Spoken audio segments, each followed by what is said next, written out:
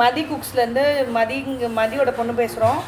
நாங்கள் வந்து இப்போ பேபிகார்ன் ஃப்ரை பண்ண போகிறோம். அதுக்கு ஃபஸ்ட்டு பேபிகார்னை வந்து சுடுதண்ணியில் போட்டு அவிச்சு ஒரு கொதி வந்தோடனே எடுத்து தனியாக வச்சிடணும். அது ஆனதுக்கப்புறம்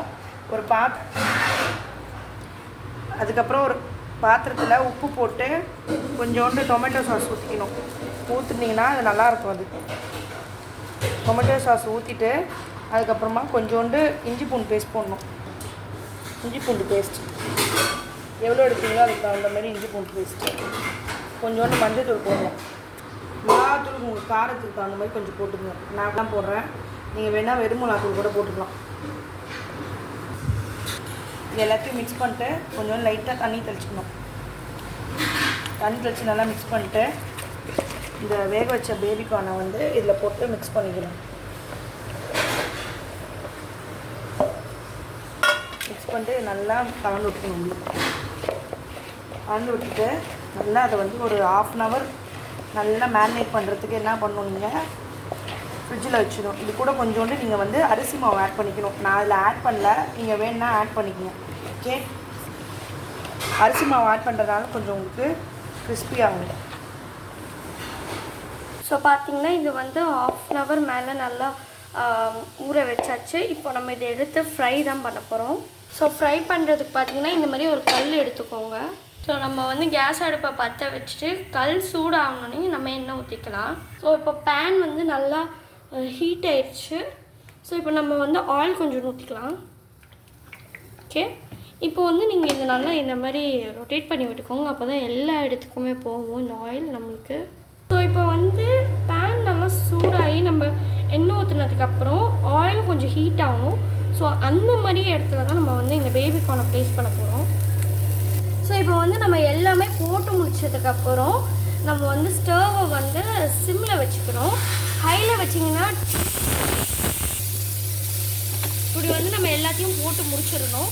இப்போ நீங்கள் வந்து ஹையில் வச்சுக்கிட்டிங்கன்னா உங்களுக்கு வந்து தீஞ்சிரும், சீக்கிரமாக வேகாது.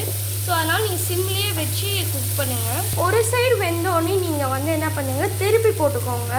ஸோ அப்போ தான் நெக்ஸ்ட் சைடும் நம்மளுக்கு வேகும். வந்து பார்த்தீங்கன்னா கிட்ட இல்லாமல் கொஞ்சம் ஒரு ஸ்பேஸ் வந்து கொடுங்க உங்களுக்குள்ளே, இந்த கார்னுக்குள்ளே. அப்போ தான் சீக்கிரம் வந்து அது அவங்க வந்து இதுவாகுங்க, வேகும் கார்னு.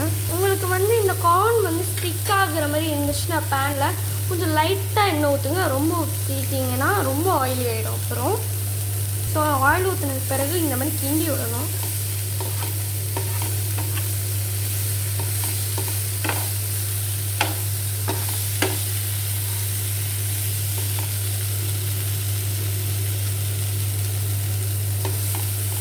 ஸோ கொஞ்சம் கிண்டி விட்டுக்கிட்டே இருங்க. அப்படிதான் நல்லா வந்து 2 சைடும் வேகும்.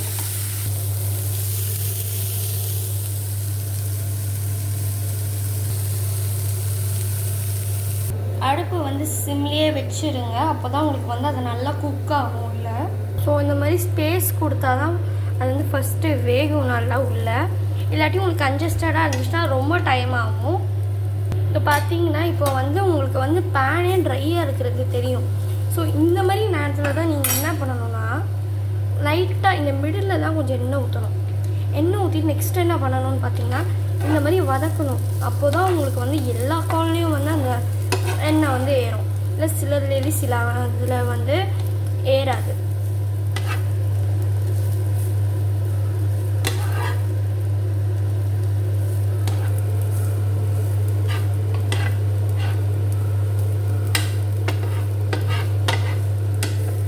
இப்போ பார்த்தீங்கன்னா 2 minutes, அதாவது இப்போ ஒன் சைடில் வந்து 2 minutes வேகணும், இன்னொரு சைடில் 2 minutes வேகணும் அது. ஸோ அப்போ தான் உங்களுக்கு வந்து நல்லா குக் ஆகும். இப்போ நம்ம இதெல்லாம் திருப்பி போட போகிறோம்.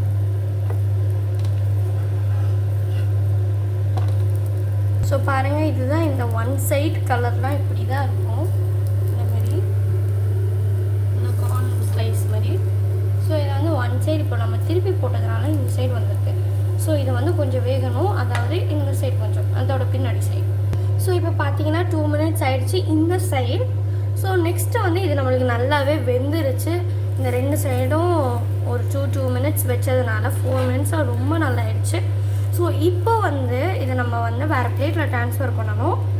ஓகே, இந்த வீடியோ பிடிச்சிருந்தா லைக் பண்ணுங்கள், கமெண்ட் பண்ணுங்கள், ஷேர் பண்ணுங்கள், மறக்காமல் சப்ஸ்கிரைப் பண்ணி பெல் பட்டன் கிளிக் பண்ணுங்கள்.